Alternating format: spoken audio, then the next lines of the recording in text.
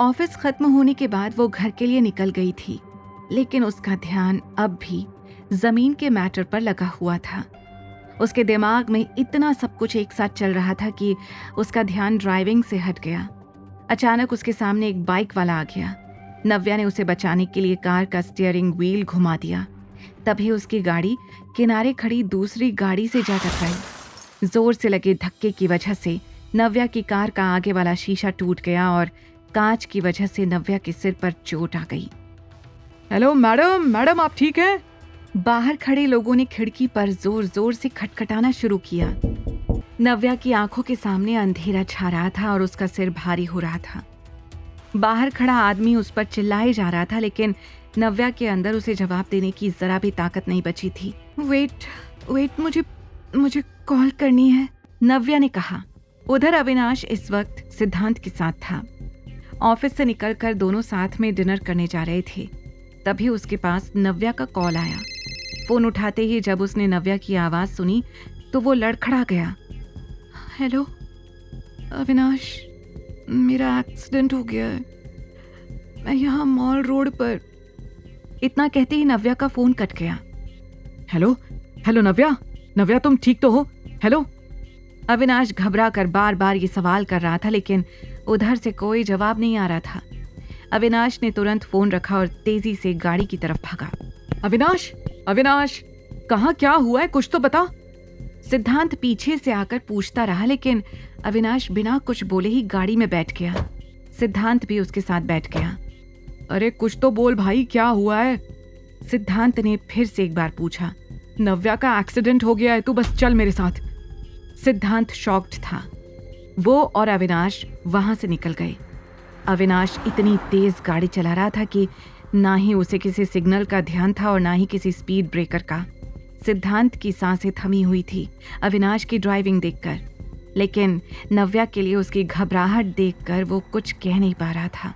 कुछ ही देर में अविनाश नव्या की बताई हुई जगह पर पहुंच गया। उसने देखा कि वहां पर बहुत भीड़ लगी हुई थी। जिस आदमी की गाड़ी नव्या की गाड़ी से लड़ी थी, वो अपना कॉम्पनसेशन लेने के लिए वहीं पर खड़ा हुआ था। जैसे ही वहां पर अविनाश की गाड़ी पहुंची, हर किसी की नजरें उसकी गाड़ी पर टिक गईं। अविनाश ने तुरंत नव्या की कार का दरवाजा खोला। नव्या के सिर पर खून देखकर अविनाश की धड़कनें तेज हो गईं। अविनाश ने तुरंत बेहोश नव्या को गले से लगाया और अपनी गोद में लेकर उसे कार से बाहर निकाल लिया। तुम यहाँ संभालो, मैं नव्या को लेकर हॉस्पिटल जा रहा हूँ, अविनाश ने सिद्धांत से कहा और हड़बड़ी में नव्या को लेकर वहां से निकल गया। नव्या का खून अविनाश की शर्ट, कोट सब पर लग गया था।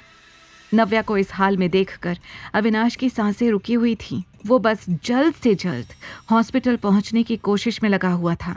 हॉस्पिटल पहुंचते ही डॉक्टर नव्या को तुरंत ट्रीटमेंट के लिए ले गए। बाहर खड़े होकर अविनाश का एक एक पल मुश्किल से कट रहा था।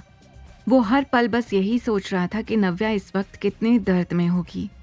नव्या के ट्रीटमेंट के बाद जब डॉक्टर बाहर आए तो उन्होंने अविनाश को बताया, सर पर चोट आई है और कुछ कट्स हाथ पर लगे हैं, पर थैंकफुली इंटरनल इंजरी नहीं है। एक बार उन्हें होश आ जाए तो वो पूरी तरह से खतरे से बाहर होंगी। ये बात सुनकर अविनाश ने थोड़ी ही सही पर राहत की सांस ली। पूरी रात वो नव्या के पास ही बैठा रहा। वो नव्या के होश में आने का इंतजार कर रहा था। अगली सुबह जब नव्या ने अपनी आंखें खोली तो उसके सामने अविनाश बैठा हुआ था।